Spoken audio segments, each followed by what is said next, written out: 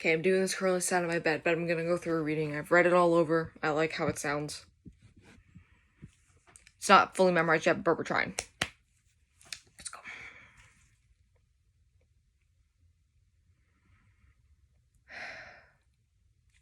I used to think that being disabled was one of the worst things that could possibly happen to anyone.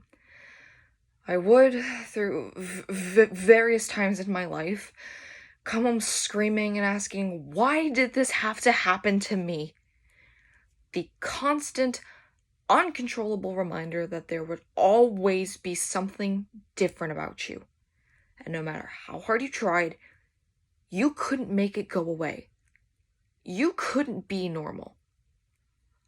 And for 7 years of my life, from grade 7 to just last year, I was reminded either by myself or by others that being this way would forever be a bad thing. For those of you who don't already know, I have a stutter, a form of a verbal disability. I've had it since I was 5. I'm the only member of my family tree who's had one for longer than a year. Just like my parents did when I was young, we all thought I'd grow out of it. And when that didn't happen, my family had to accept the fact that average communication was out the window. That also became especially evident when going to school turned into a 50-50 situation. I could either talk with my friends and do really well in writing activities, even though my writing was horrendous. It still is, by the way. Or I would lose marks during presentations for not knowing the content because my speaking wasn't clear enough.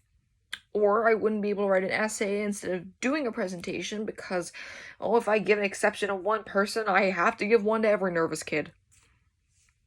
I lost marks when I stopped participating in class discussions altogether because I would much rather keep my thoughts to myself if it meant no one would call me Porky Pig ever again. The drive to learn was still there. My love of learning never stopped. But when I was forced to reconsider my options with no possible assistance, I felt trapped. Doomed to forever be a stereotype. The butt of the joke. The worthless opinion. I've had many people ask me why I wanted to go into teaching. For petty reasons. Because teaching is easy. Because it's fun to boss people around. Yes and no. But the main reason is inclusion. Drama was my safe space. It's where I felt like I could literally be anyone else. I lost my spot. Where I felt like I could be literally anyone for a moment and forget about having to apologize for a slip up. But after taking this class, I realized that my view on inclusion is slightly warped. I can't cure every student's problems no matter how badly I want to try. Inclusion doesn't mean that all students receive all of their support services in the classroom. It also doesn't mean that every day is going to be the best day ever.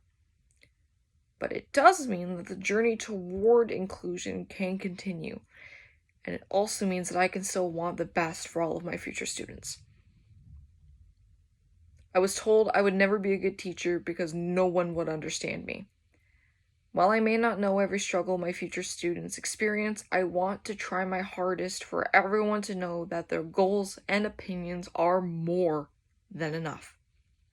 I want to inspire my students to use their voices or their written words or their art diagrams or whatever expression they may choose so that they can stand tall and be proud of what they can accomplish. I want to be the teacher that I wish I had before high school. When I was 5 years old, I was diagnosed with a disability.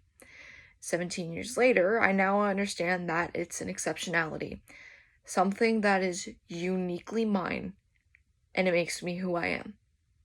I hope to foster an inclusive environment where everyone can be exceptional, and those with exceptionalities can be welcomed and respected.